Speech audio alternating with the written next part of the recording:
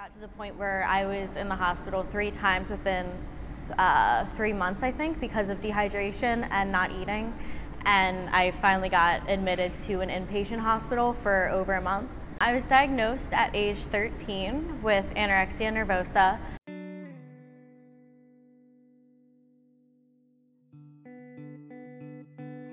That means that I restrict what I eat. I count calories, count fat and sugar content. So anorexia nervosa is one of many different kinds of eating disorders. It's characterized by a lower energy intake than the body needs, and this usually results in a significantly low weight for that person's body. Not always, but often. I was very young. I was in 8th grade, so I didn't really get a lot of support.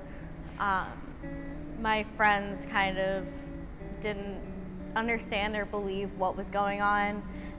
So they were just saying like, oh, like, you're just looking for attention and all of that. There's this sort of myth that, like, in order to have an eating disorder, it's got to be anorexia and it only looks one way. You have to be super underweight in order to be identified as having an eating disorder. And I think that can keep a lot of folks from accepting that they have a problem, because they'll look at people who maybe are underweight, have that significant low weight, and say, well, I don't look like that, I must not have a problem, I don't need help.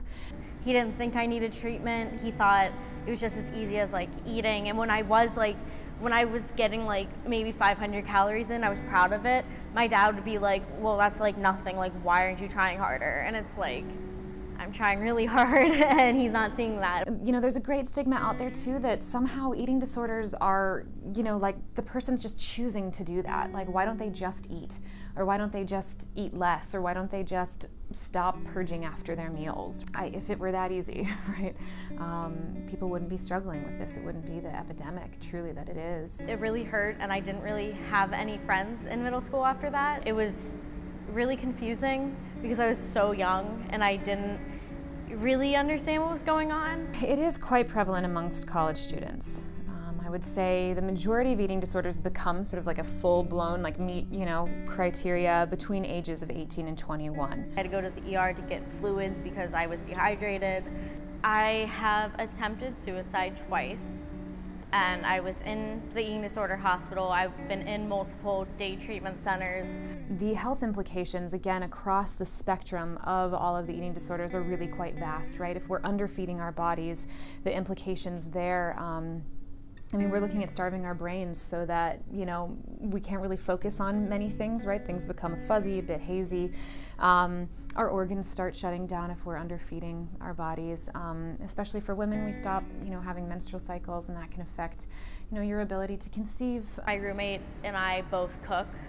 So I'll cook a meal and we'll both eat it, or she'll cook a meal and we'll both eat it. I actually have diabetes, so we've kind of bonded a little bit, I think, over our health issues together. So probably within the first couple of weeks she told me about it, and it's something I try to help with, and she tries to help with my diabetes, and so we kind of try to work together. We both grocery shop together, we meal plan together. She has anxiety and stuff, so she and I have a really great relationship and support each other a lot, and it's been super helpful.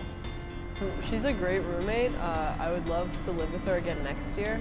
Just to not feel alone with it, right? Especially if the stigma is giving us shame about something, right? If we feel like we're the only one who doesn't have this willpower to just fix it. People in college finding out that I have an eating disorder, they've been pretty chill about it.